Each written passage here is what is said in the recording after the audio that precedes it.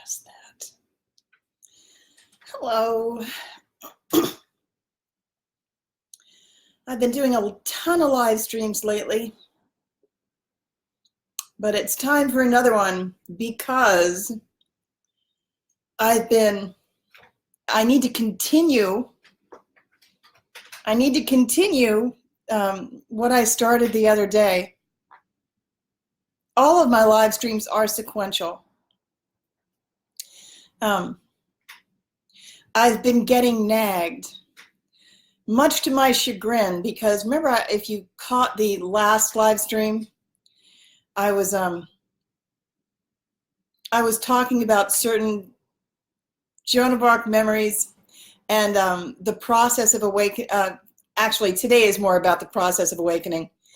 But I had started talking about how much there were certain subjects I've been avoiding.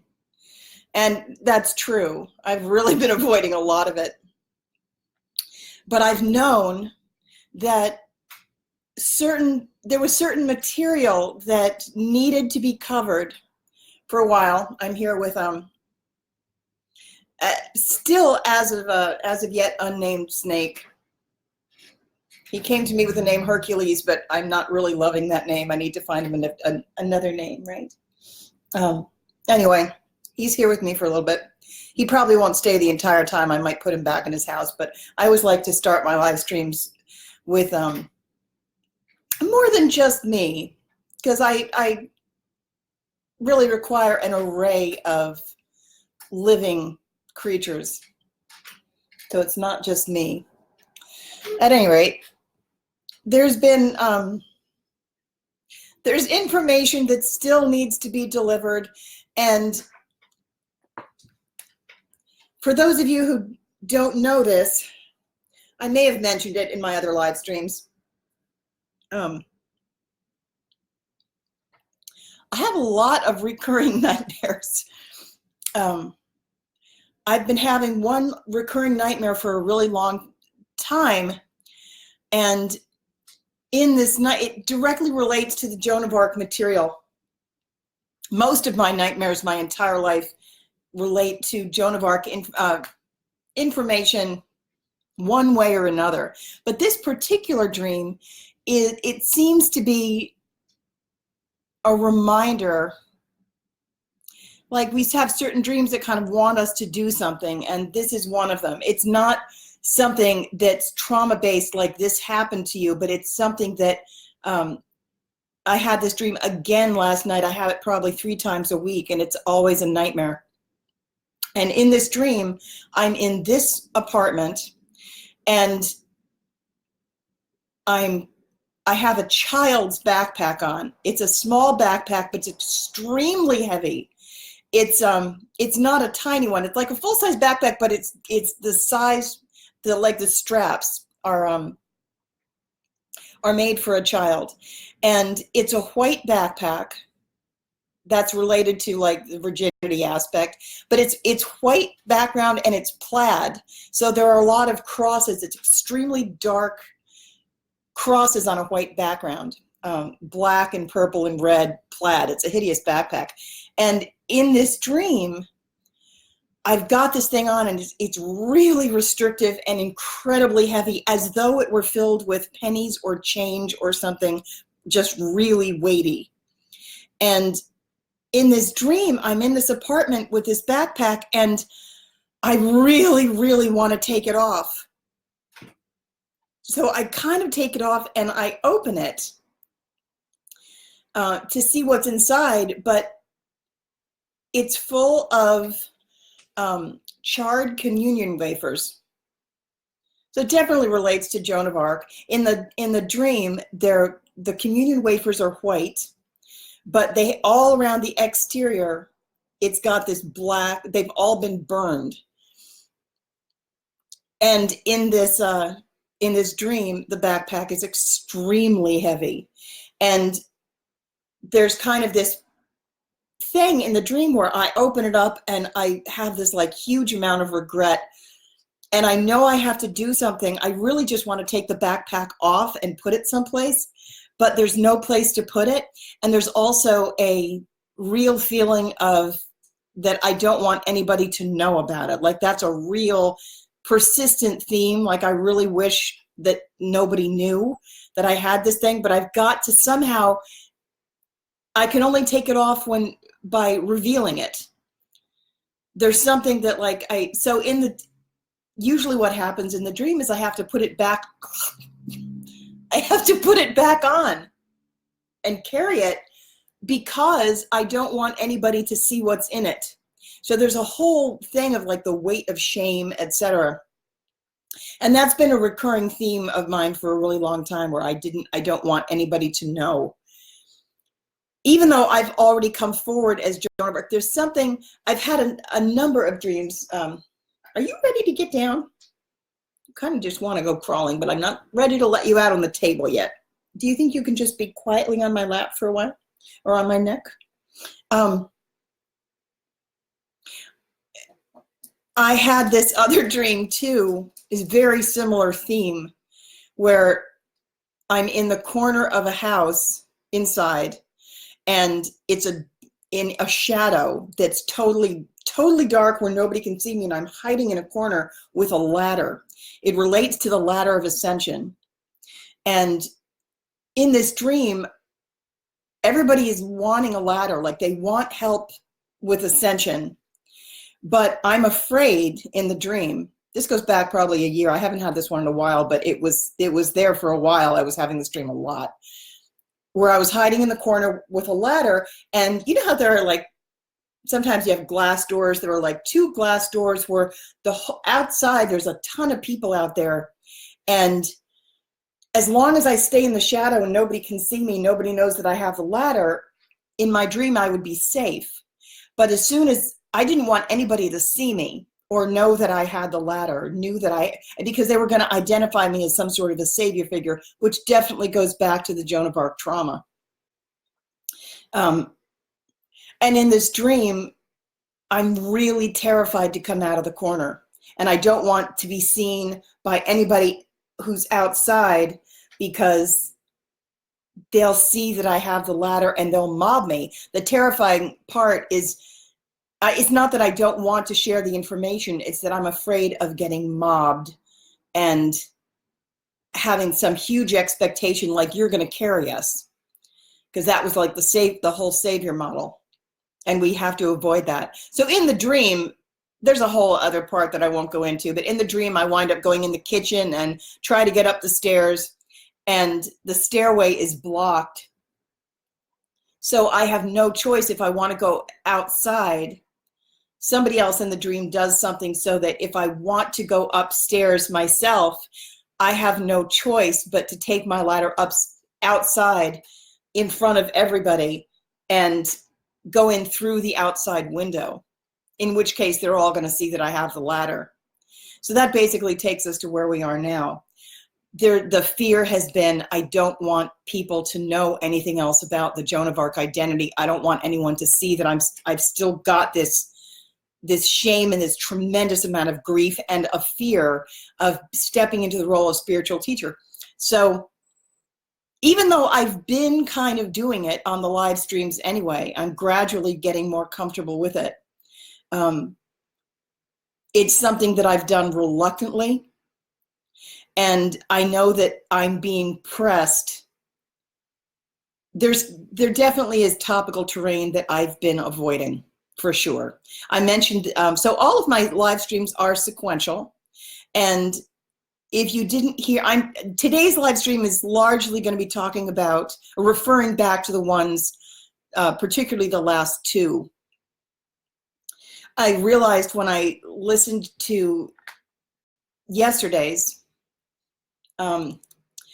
there was more that I still wanted to say about the clay pit story. I wanted to talk a little bit about miracles and why that happened, the way it works. There's a mechanism, that's maybe the wrong word. There's a way miracles work, and there's a way that they don't work. I think they're kind of misunderstood, but it's something that I know a little bit about. He's such a nice snake, isn't he? Here comes this thing off. Whoop, you okay? I should know better than to start these things with anything on my head, because I should just know better. Anyway, I wanted to tell a few more stories today. I did make a list. Hang one second. I'm going to put him down for a minute. Put you down over here. So in my last live stream, for those of you who caught it, there was one period, there was one thing in the middle where, my nose started running again, where the guinea pig jumped out of her tub. And it was just when I was talking about Joan of Arc memories, and then basically like the need to come out with it. And that's when the guinea pig, which Joan of Arc, that identity in that lifetime, that was definitely a test. I very much was a guinea pig at that time. I know I say this all the time, but at some point I'm going to have to put this material down in some sort of a way that is more organized, so that it's codified. It makes a little more sense. I know that I'm rambling and I'm kind of spotting all over the place. I go to one spot and I talk about it, and here you go. Thanks for coming. Bear with me a little bit. I also, sometimes I can't remember what I already talked about. I'm glad to see you all here today.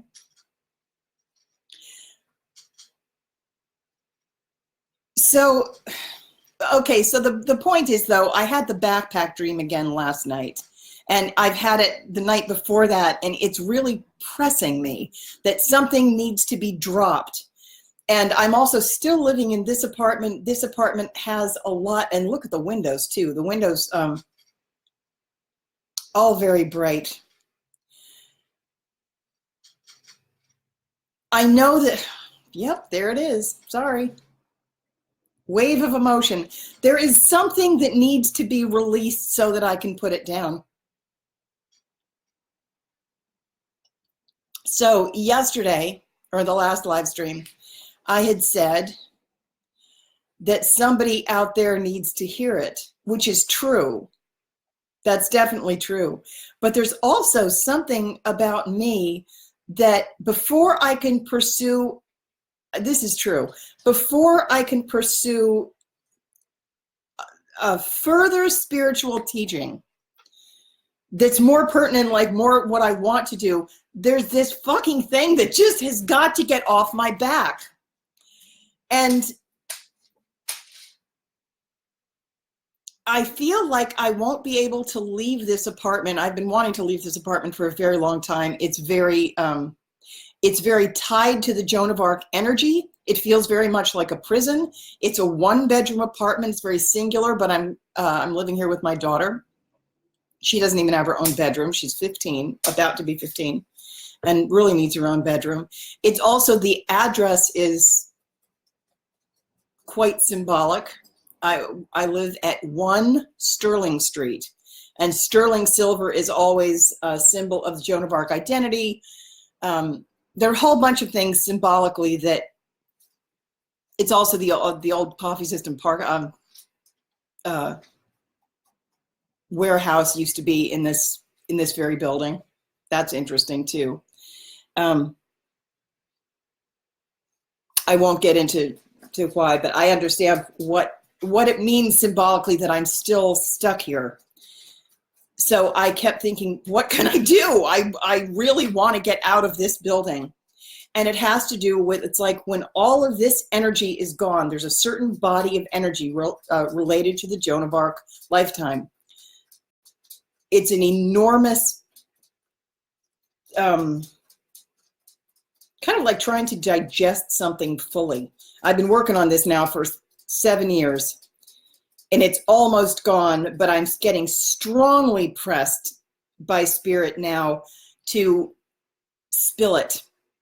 Keep it, just say it. Say what you have to say. It's the fucking backpack dream, full of charred communion wafers, and it's extremely heavy. So I'm just gonna, this particular live stream is just gonna be, I think it's just full of, I don't know yet. But the reason I've been doing so many live streams lately is because of this. There's going to be a point where my live streams are going to be more applicable probably to other people and possibly less personal to me. We'll see. At any rate,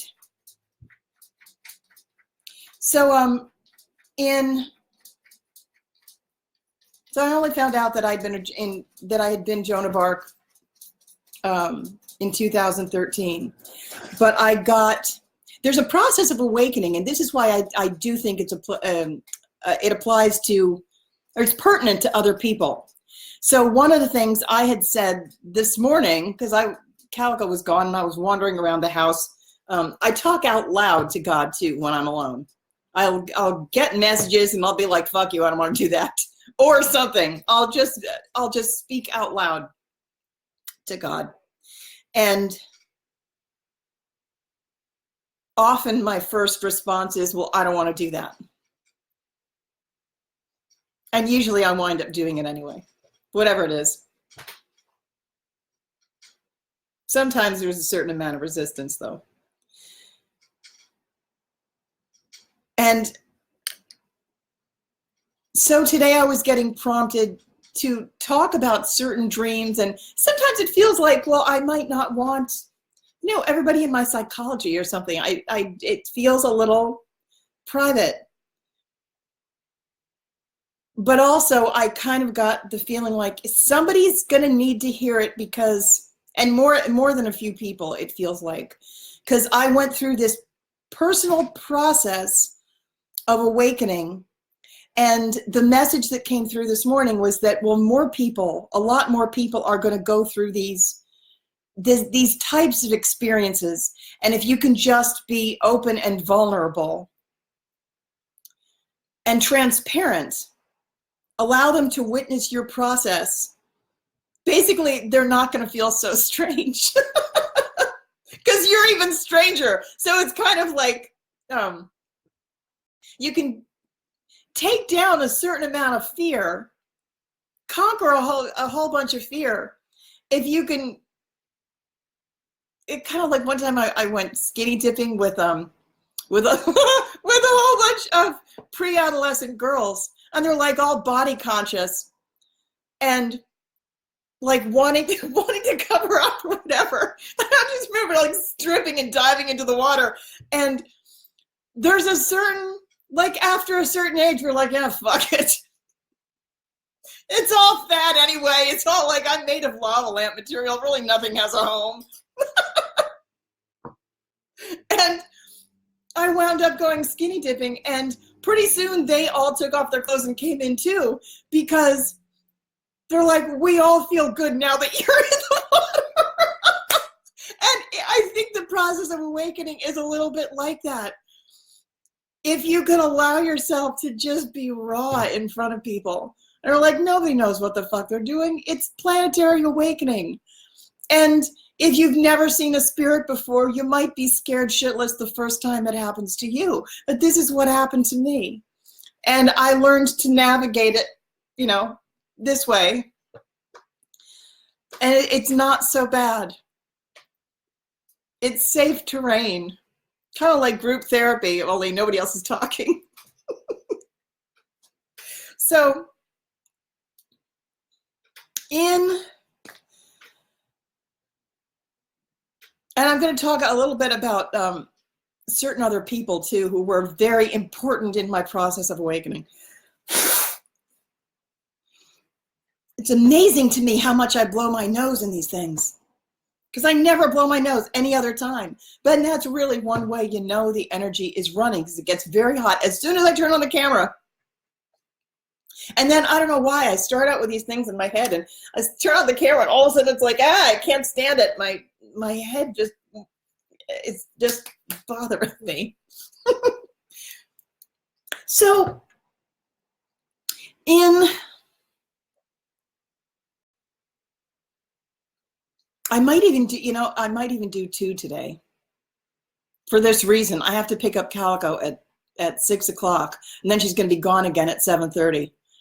I don't want to make any promises or threats, but I might wind up doing another one. There's just a certain amount of material that has to come out, and it's really less important, like, to have somebody watch it, but it is important to simply get the material out.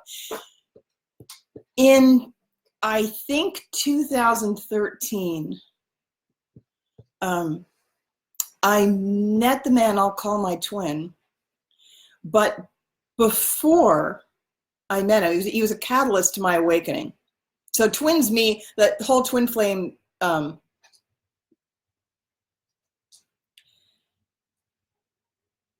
idea means something different as you go up in strata. And today I'm not really going to go be talking about it too much, but we absolutely have a pre-life contract, and he was the catalyst for my awakening. That it sped up in 2013. But prior to that, he had been in my dreams already, which is why, like, I recognized him. And this goes back to the backpack dream.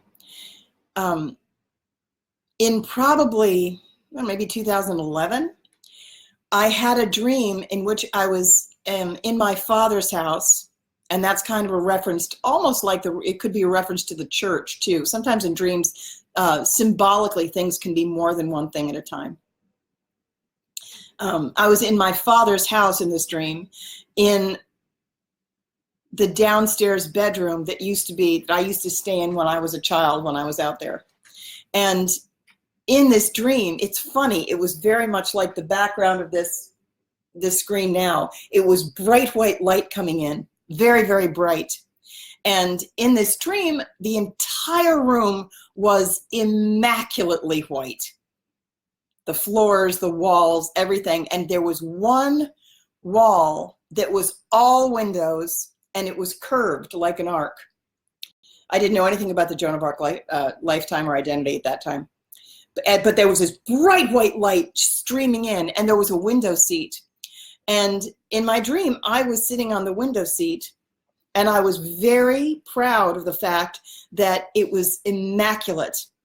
And it had the feeling of that I had done all of this work to clean it up myself. I worked and worked and worked and worked and worked. And so this entire thing was immaculate. It was just spotless and pure white and very, very bright.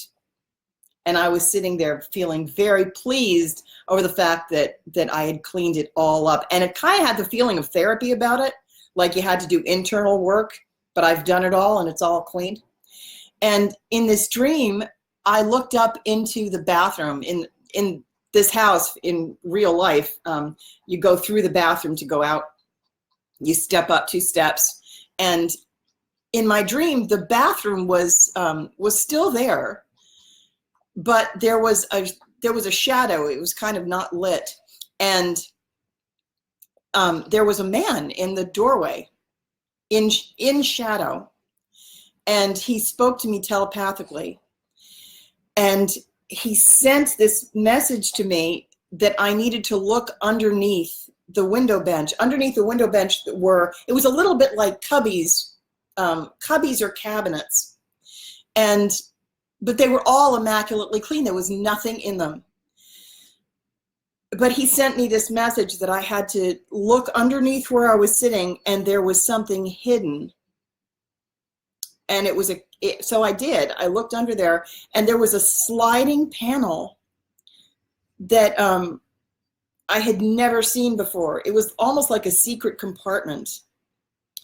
And in my dream, I slid it open, and there was one hidden compartment with compressed, putrefying, the darkest, dirtiest, densest, rotting stuff with no air. It was like totally compressed.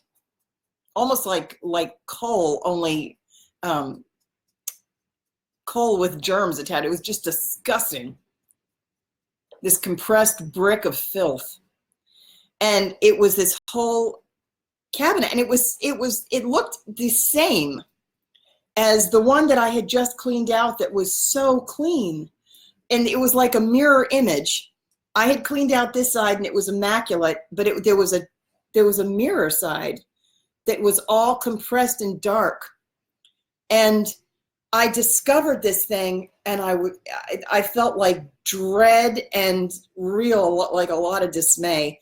And in the dream, I shut it again and went back to sitting on the bench.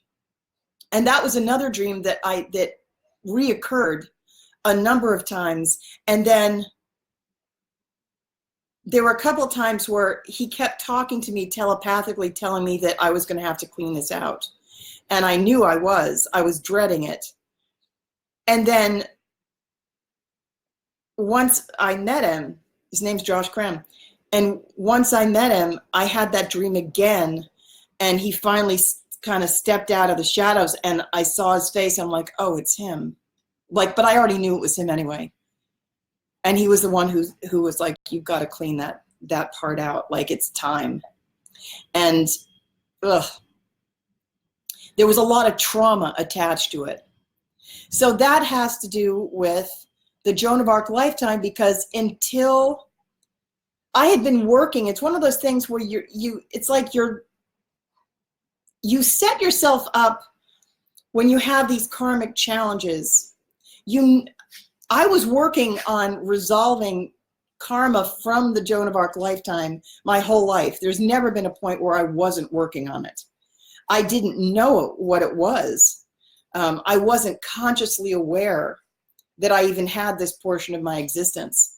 And in 2013, but there's like certain points in your life where you're supposed to part of awakening. There's somebody who needs to hear this, by the way. This part is meant to help somebody out there. There comes a time in your development where you're strong enough to face the thing. Ugh.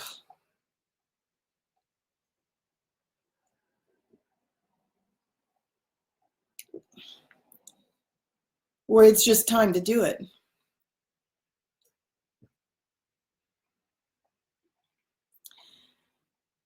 So sometimes you'll meet, there will be a circumstance or a person sometimes can catalyze you.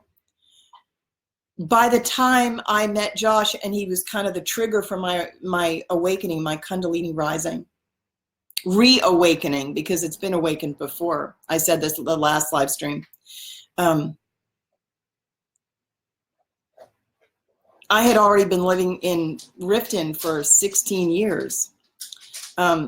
Every time I moved, and I'd gone to the New York Academy of Art to resolve a certain portion of that identity there that has to do with expression and institutions. But then there was another, like I've gone from chapter to chapter to chapter to deal with, it was such a complicated story. It was such a complicated body of issues that I've gone from chapter to chapter to chapter to chapter, resolving certain things. There's going to be a point, it won't be today, there will come a point where I'll be referring back to this material more often. And I do know that at some point, like, there's going to be some kind of a biography or something coming out.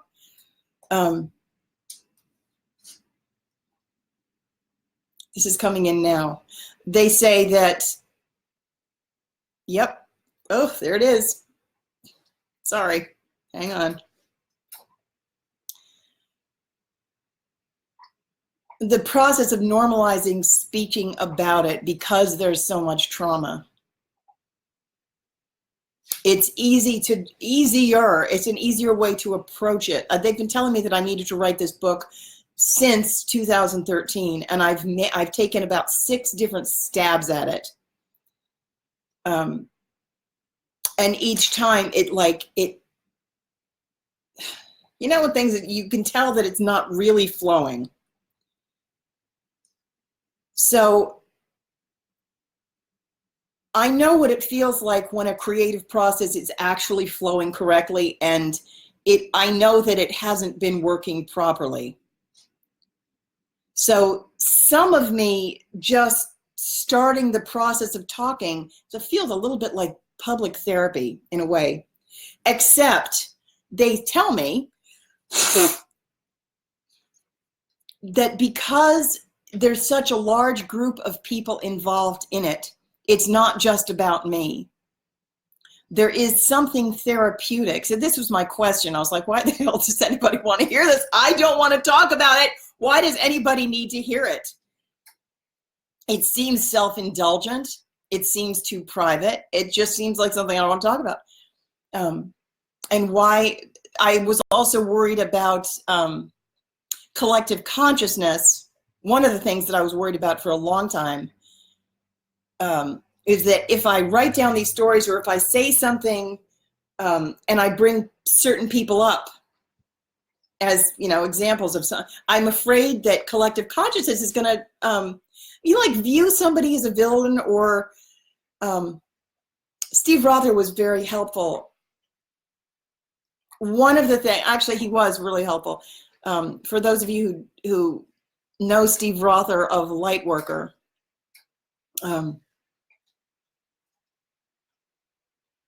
I've worked with him for a long time. He's a channeler for United Nations. He studied under Lee Carroll and Cryon, and he was really helpful to me when my memories first started coming back. And holy crap, there was a lot of trauma there.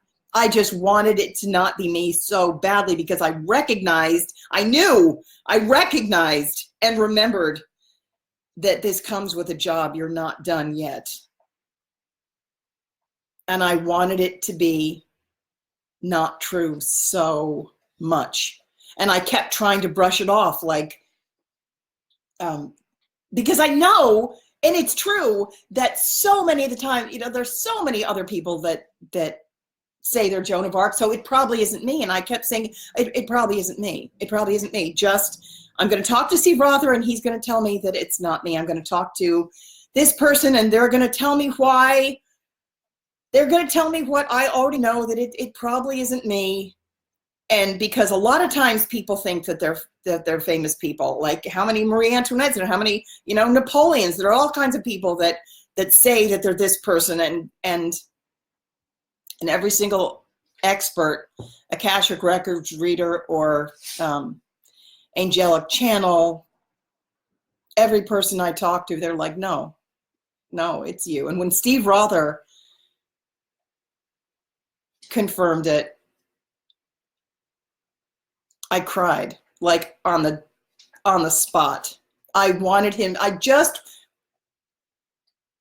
was at a point in my development where I knew better already, number one, than to ask somebody else, because if you have to ask, then it's probably not you. My fear was that it was me, and I already knew it was me, and it wasn't my highest moment to seek external validation anyway, but I did, because I wanted counsel. I was feeling particularly weak and shaky over it, and got damn near hysterical, crying, when he said yes. Because I thought, well, if anybody, I trust his judgment so much. I've been following him for years. I've had tons of private sessions. He's never steered me wrong. He's one of the few people, like, if he says it, I really take it seriously. And I already knew it was me, but I didn't want it to be me. Anyway, I remember that night. At any rate, where was I going with this? For some reason, the process of my process of awakening is an important one to talk about. It's going to help other people. And it did take me a long time. And as I said in some of the previous live streams, I had so many bizarre experiences that when the identity came in, when my memories finally came back, it took me an amazing, it was, I should say this about it. One thing Steve Rother did tell me that really did help, because I also felt like an idiot. I'm like, why didn't I know? How could I not know this? And he said, you were prevented from finding out until deliberately. Information was, you were shielded, and information was deliberately withheld from you to prevent you from finding out too soon. And that, but like that had a huge ring of truth to it too. I know that's true.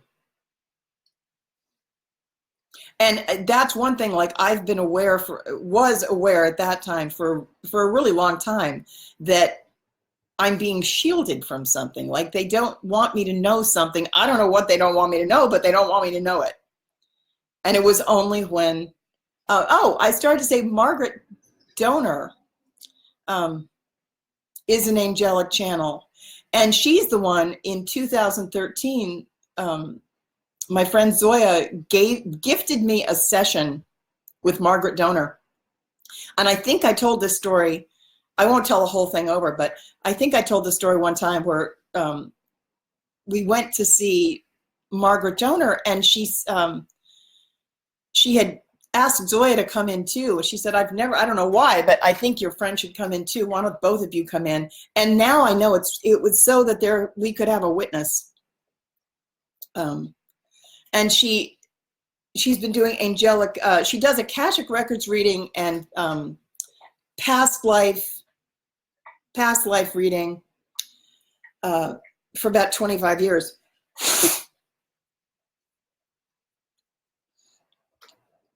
And I sat in the chair and she started the tape. Someplace I've got this session on tape.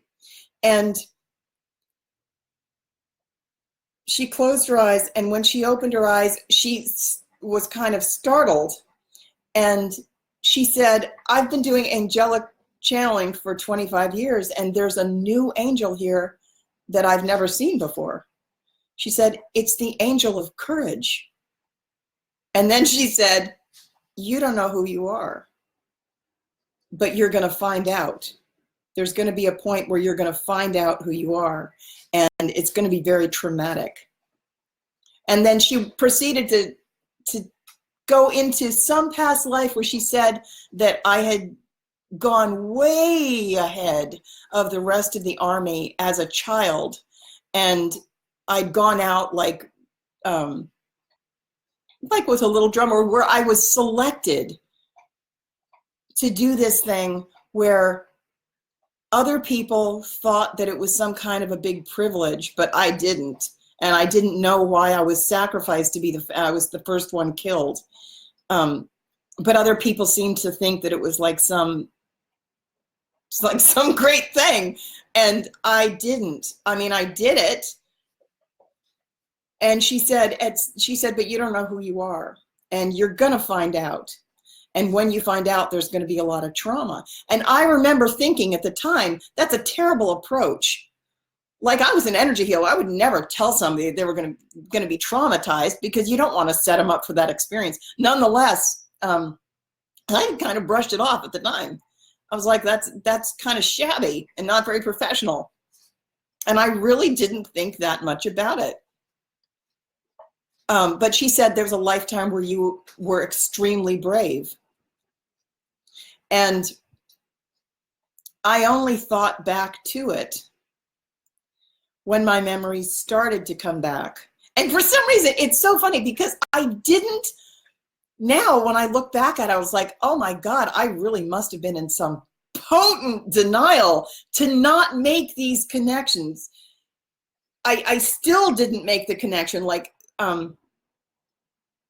certain things started happening as I began to wake up. And I was noticing them all, but I wasn't connecting it that like it was me. Like Margaret Joner said that I didn't know who I was, and at some point I was gonna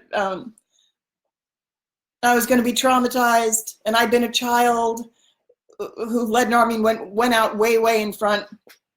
Joan of Arc was the first indigo child, and it was 600 years before the other indigo children. But I didn't know the story of Joan of Arc, and I didn't make that connection. I still did. I'm kind of embarrassed now that I didn't make the connection, but I'll tell you, because maybe this is a part that will serve someone.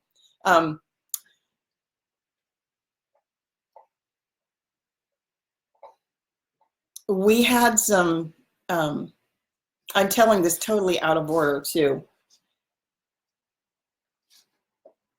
My twin was married, and they played a real strong role in the Joan of Arc story also.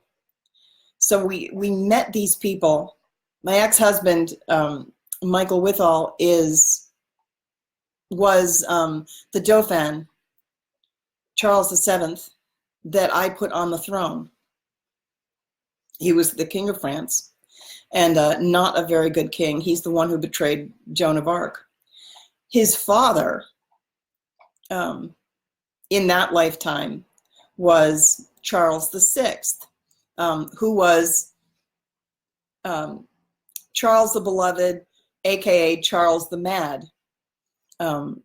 And I can probably do a whole live stream on that dynamic and what's going on there. I think some point I will, because it involves mental illness in the Ascension arc, but also, so he's the man on the doorway of my dream. And in the Joan of Arc lifetime, what happened behind the scenes, because we were all ETs coming down to seed certain patterns into humanity. So we've done this previously, and sometimes in history it's gone better than it did in the Joan of Arc lifetime. The Joan of Arc lifetime, we came down the 100 Years' War, and it was so traumatic. Or there were so many mitigating factors. It turned into such a knot. Certain things didn't go well. King Charles died, the elder died, and then we thought he was going to last longer. So originally, I was his twin flame, and originally we were going to go down, and I was going to serve that king. I would have been leading the army, but it would have been for a different king. But he died of density, basically. His body gave out earlier than we thought it would. So we had so much invested in it, we decided to put, to try it with a different person and get as much out of the circumstance as we could. So we went for the younger Charles, who was the youngest of the children. So we thought he had a decent chance at getting a good result with him, because he had not been indoctrinated as much as like the older, plus, and all of the older children had died at that point. But he really hadn't been indoctrinated into the culture the same way. He was basically born, and nobody expected him to inherit the throne, so he was basically ignored. And his mother, Isabeau of Bavaria, didn't want him to take the throne. And in hindsight, I think maybe she was right, because I gave him the throne. He was horrible. Didn't really lead his people well at all. At any rate, no bitterness there. Where was I going with this? At any rate, waking up in this lifetime, I know I'm flipping back and forth a little bit.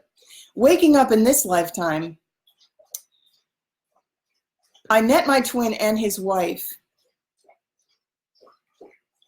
And there's an energetic dynamic between the three of us that is really, really strong, in that it forms a triangle that does something. There's an energetic dynamic there by intent. We designed it that way. It's part of a construct. Basically, it's a machine. Hello, go lay down.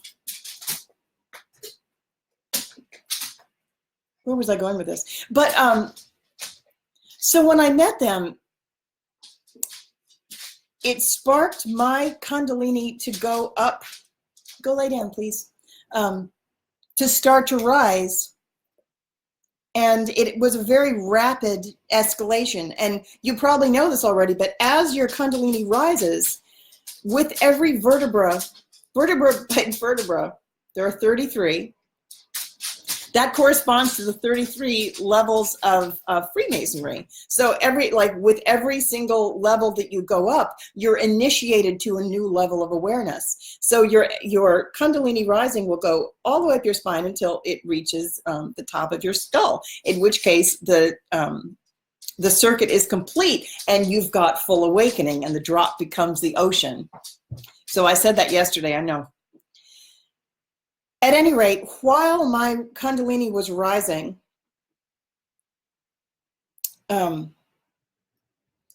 it was probably, I don't know, maybe heart chakra level. I remember being at their house. We used to go over to their house a lot. And I don't know why I didn't make this connection, but I didn't. I didn't for a long time. Every time I was over at their house, they live across the street from a dog park. And every time I was on their porch, I could see, I had a vision every single time. It just kept repeating and repeating and repeating so often. There was a girl, probably college age, something like that, on a horse, who came cantering on a white horse, came cantering down the hill, and it made a shape in the ground too that was like a triangle, like it cut a portion off. And she would come down the hill and she would suddenly pull up. And the interesting thing is she had blood on her face that looked a little bit like she had either been scratched by a branch or maybe something had splattered, but it made the shape of like a big capital U on her cheek in blood. And she would come cantering down the hill and pull up and suddenly shout at the top of her lungs, "Again!" And then it would loop back around and it would happen again. And she'd scream, "Again!" And then I would be like, "What? You know, I just keep seeing her. She's got blood on her face and it looks like a U." So no hint there, right? For some reason I didn't make that connection. And around the same time, I also kept, every time the Kundalini would go up a little bit more of my memories or more would be revealed and more would be revealed. But it took me a long time. Like I kept having these dreams, dreams about being in prison and really, really needing to pee, but having no place to, again, like the no place to put it down, or no place to pee, no place to put it down. I don't really want to know all of this. I really just want to get rid of it, but I can't get rid of it. And I didn't make the connection between what Margaret Donor said. And then one time I was in my bedroom, and there was about maybe 3 weeks in there this like the summer of 2013, where I kept hearing French voices and they just would not shut up. It was constant. And you know how you can tell where people are speaking from? I had French voices from this ear all the way wrapped around back to this ear, but it was all behind me. Nobody was talking in this area. It was all behind me in an arc, but it never left. And I couldn't, number one, I don't speak French, but I couldn't get rid of these voices. They were just following me wherever I walked. And that happened for, I don't know, maybe 3 weeks. And then the other thing that happened is that every time I was at Josh and Carmen's house, this was so annoying. One time there was a little figure about, it was so funny, about maybe a foot, less than 2 feet, maybe 1.5 feet high. There was a little figure that looked like Joan of Arc with like a flag and armor, and I still didn't know what it was. I still didn't know the story of Joan of Arc, having been shielded from it completely, but it was somebody in armor with like a flag, and it was this little transparent figure, the same way if you've ever seen a ghost. Ghosts appear this way too. Ghosts can appear solid, but very often they're semi-solid. And I saw this thing, and it was behind my right leg. And I was annoyed at it. I really did. I didn't, it was like being followed around by a transparent dog, except it was this girl in armor. And I was like, just stop it. So I have always spoken to God and spirits and spirit guides, whatever. And I said, get this thing to go away. I don't want to see it anymore. And as soon as I said it, it vanished. So then I went home. I saw it a couple more times, but I kept saying, every time it cropped up, I said, make this thing go away. I don't want to see it anymore. And then it would vanish. Well, I went back to Josh and Carmen's house. The next time I did, it popped up again. And I said, get this thing out of the way. I'm tired of seeing it. And it stayed. And it never left again. Like until my memories came back. It was basically like, we're going to remind you that this is here. We're going to remind you that this is here. You can't escape this forever. And then, so the day the memories actually came back was really traumatic. And I've been avoiding talking about that.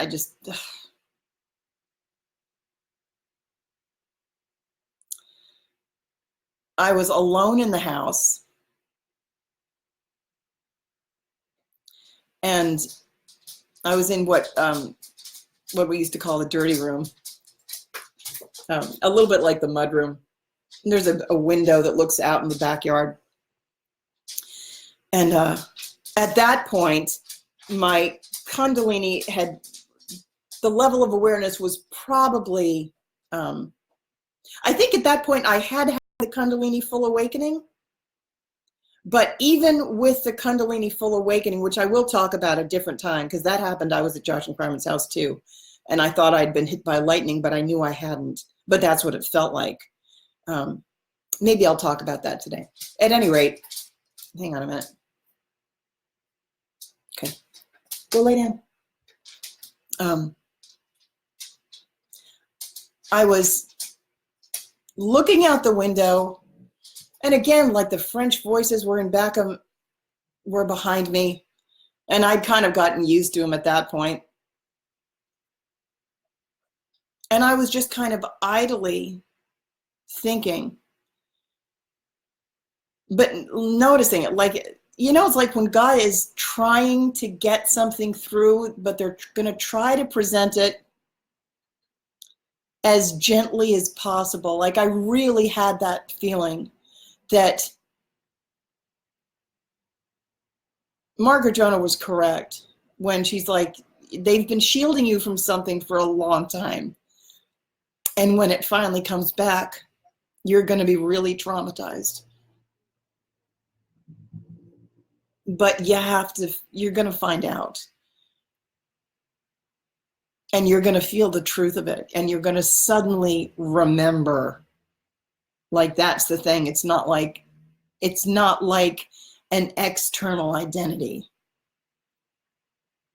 that's some kind of historical figure that you bear no resemblance to, or you kind of identify with. But when you really remember that, not like it happened in another lifetime, but when your memories all come back and they belong to you, you suddenly remember all of that and you own it. And I was blissfully happy before the memories actually returned, but I could tell it was getting like paper thin. Like, you're about to remember it. You're about to remember it. You've got the French voices. You've got the figure of Joan of Arc. And the only reason you haven't yet made the connection is because there's so much trauma that there's a certain amount of denial going on here. So I was in the dirty room and I was looking out the window, and all of a sudden I thought back to what Margaret Donner had said. And I still didn't make the connection that I had been Joan of Arc, but suddenly I made the connection between the French voices and a past life of mine. And I said out loud to God, I said, the past life of mine that Margaret Donner mentioned, was I French? And I didn't even get to finish the word. I said, was it French? And there was a blast of white, hostile light. It was only hostile because I was traumatized. There was a huge disc of white light that came down, and it hit me so hard that I fell, and I started crying like instantly, and I fell down to the floor and cried and cried and cried and cried and cried. The blast of white light, it came in on an angle like this, and that's what I always refer to that as an affirmative. Like, sometimes I will ask a question, and I speak light language too. Like, there are certain qualities of light that mean something, and very often I will ask a question, or very often when I'm talking or when I'm out or something, I will see flashes of light or things will glow, and different qualities of light mean something.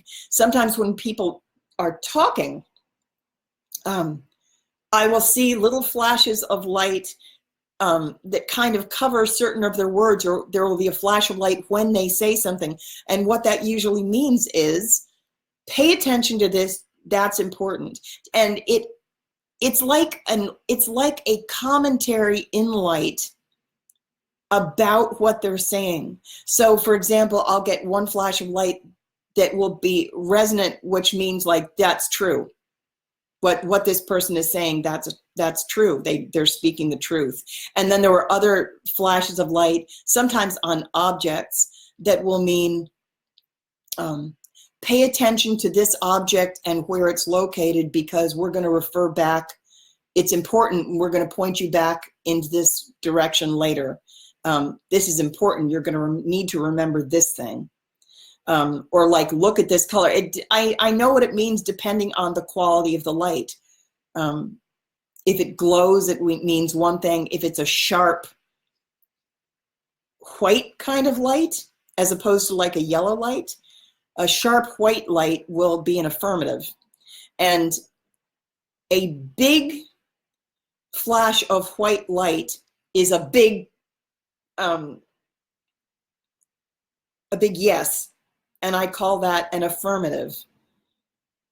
And the biggest affirmative I've ever experienced is when I said, the lifetime when I was really brave, was it friend? And it came boom. And I was so shocked that I fell and cried on the floor of the dirty room for a long time before I wound up going back into the room and then crying more on my bed. But I still didn't, it still didn't register. Like I really had a lot of conflict. There was a lot of internal conflict and uncertainty, and I really was shaken. Like there was so much trauma there.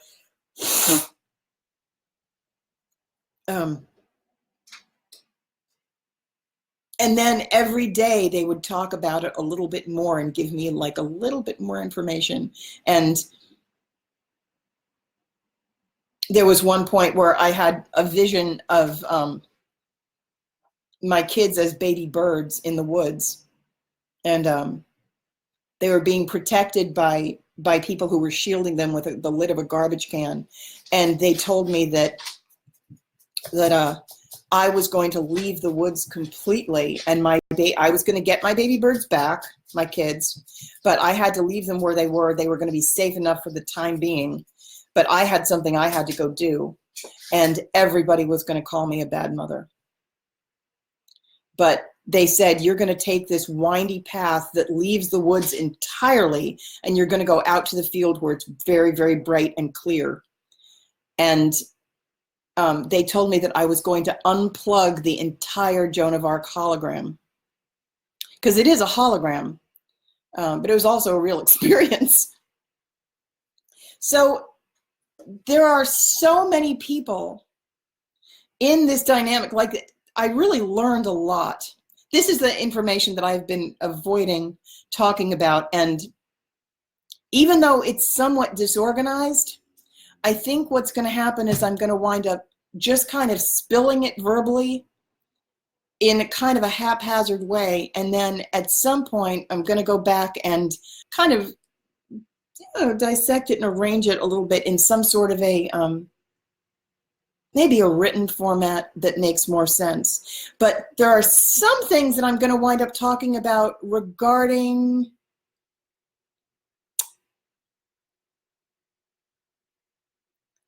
energetic dynamics, interpersonal dynamics, because there's a way that the Ascension Arc works, and all of the people in it are a portion of the circuitry. And we used it to gather so many people into this for it just basically affects a lot of people. It's not just me. I'm kind of the figurehead, and what I've often said is that I'm like the horn of the rhinoceros, that it's like the feature by which the thing is known. I'm the figurehead, but I'm not the sum of the beast. And I kind of take the brunt of it. It's like the horn of the rhinoceros takes a lot of abuse, and it's like the identifying feature. But there's a lot more to it. At any rate, where was I going with this? I know I say that a lot. I think on my last live stream, I noticed that I said, where am I going with this? Quite a bit. I've got maybe another half an hour. Hang on a second.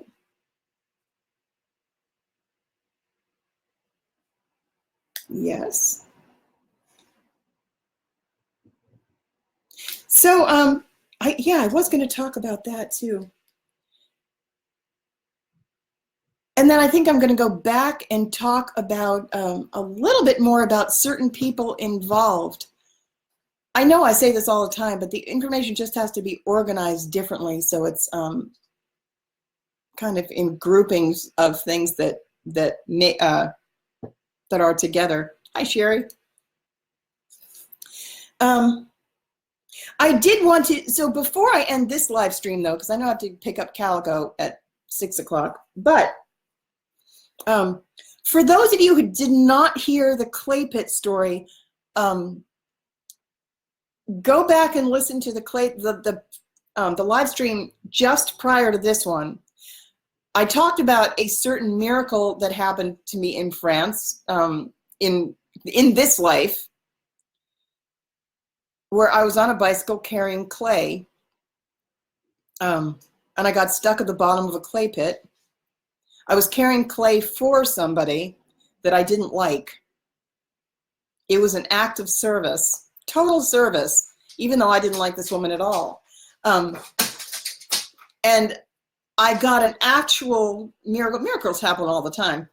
And it's not the only miracle I've ever experienced either. Nonetheless, it does stand out as one of the most notable miracles in my life, where I was at the bottom of a clay pit, totally stuck in clay on a bicycle, and I was lifted totally miraculously by not something, I don't know what it was, all the way up to the top of the hill. You know, maybe 2 seconds, somewhere around there. And I was thinking about that as I was loading that live stream up to YouTube. I was thinking about why. I was thinking about miracles in general, and why it happened, because there are certain kind of qualifying features. Will you please go lie down? Thanks.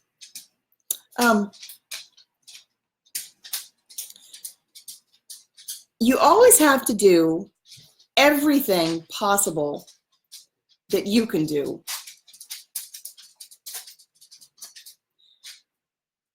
Wait a minute, is that true? You're driving me crazy. Go lie down over there. I know he has to go out. I'm going to keep talking for a second, though.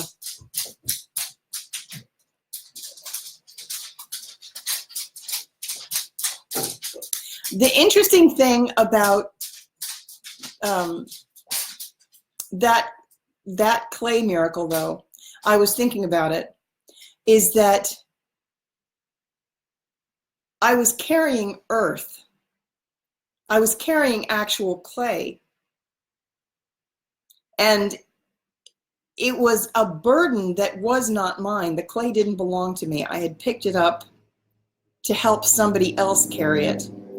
And it legitimately was too hard for me to do. And I was thinking, well, why did I get that miracle? And I was thinking, it's because it was an act of service. It was a genuine act of service. It was a genuine act of love towards someone that I didn't actually like. I didn't like her at all. I said that the other day. And it had something to do with, I think it had something to do with the fact also that it was earth. It was a very heavy burden that I'd picked up. So it was a genuine act of love, but the fact that I was carrying something of earth and trying to lift it up. And I think that act of, it has something to do with the mission now. Lifting earth, that we're going to get miraculous assistance. Because right now, like, I was thinking that what are the similarities? And like, once again, I'm in a situation where I'm incredibly stuck and there doesn't seem to be really a way out. I've been stuck here for a really long time, and there are certain things that seem to be required of me that are legitimately it's too much for actually, it can't be accomplished.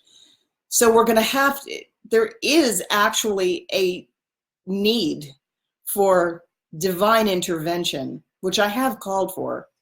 So when you call for divine intervention, you have to really listen to what's being, take all of the guidance that you get. So if I've called for divine intervention, as I have, even if the guidance doesn't make sense, you need to take it anyway. And that's something I can really talk about. They're like spiritual guidance that doesn't make sense. I think I'm going to wind up coming back on and doing another live stream after I pick up Calico. Because there's a whole bunch I could say about, so, you know, sometimes you get prompted to do something where your mind is like, that doesn't make sense and it's a bad idea. I remember particularly when you listen to voices, and I've had a lot of people say something like my father and the psychiatrist too, was like, well, what do they want you to do? You shouldn't, you know, if a voice tells you to do something and you don't think it makes sense, don't do it.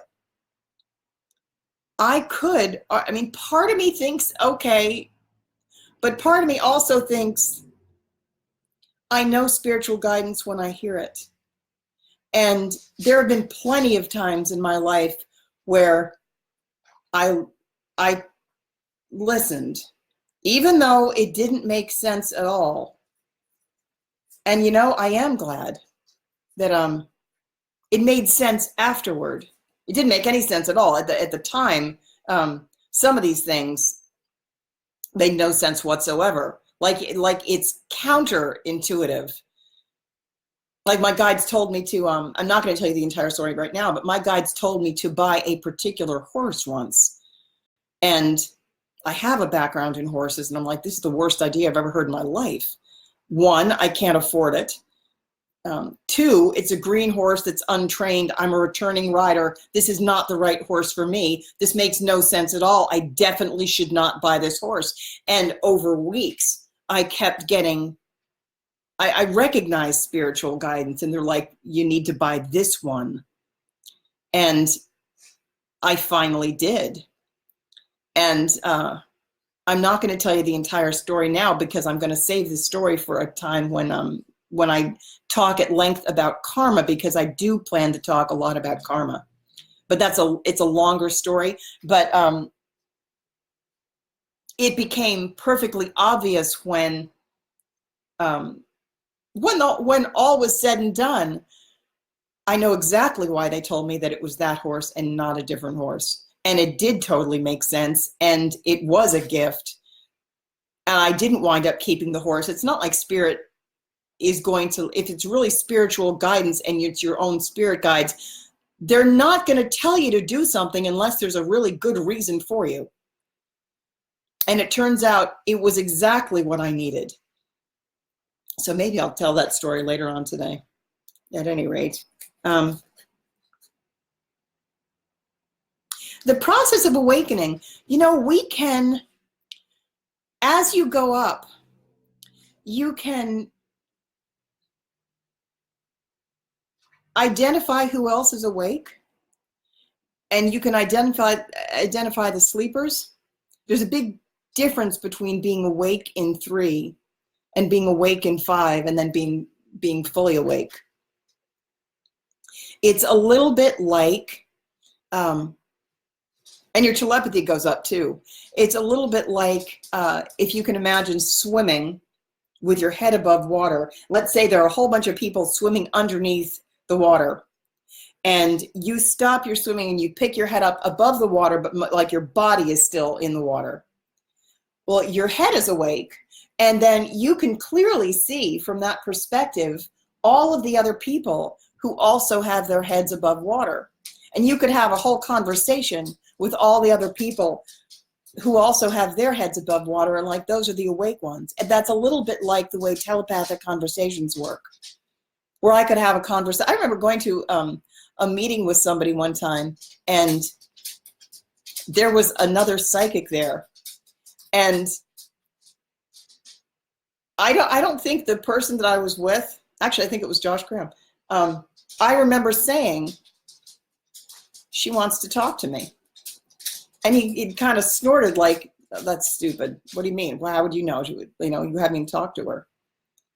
But I knew she, like, there's a recognition. It's like if 2 people both have their heads above the water, you can look at each other and make eye contact. It's very easy to talk to other people who have their heads above water. That's awakening. All right. Let's see. I'm going to wind up coming back on tonight. It's ridiculous, but I just have a certain amount to talk about. Yeah, I do. Okay, these dogs have to go out.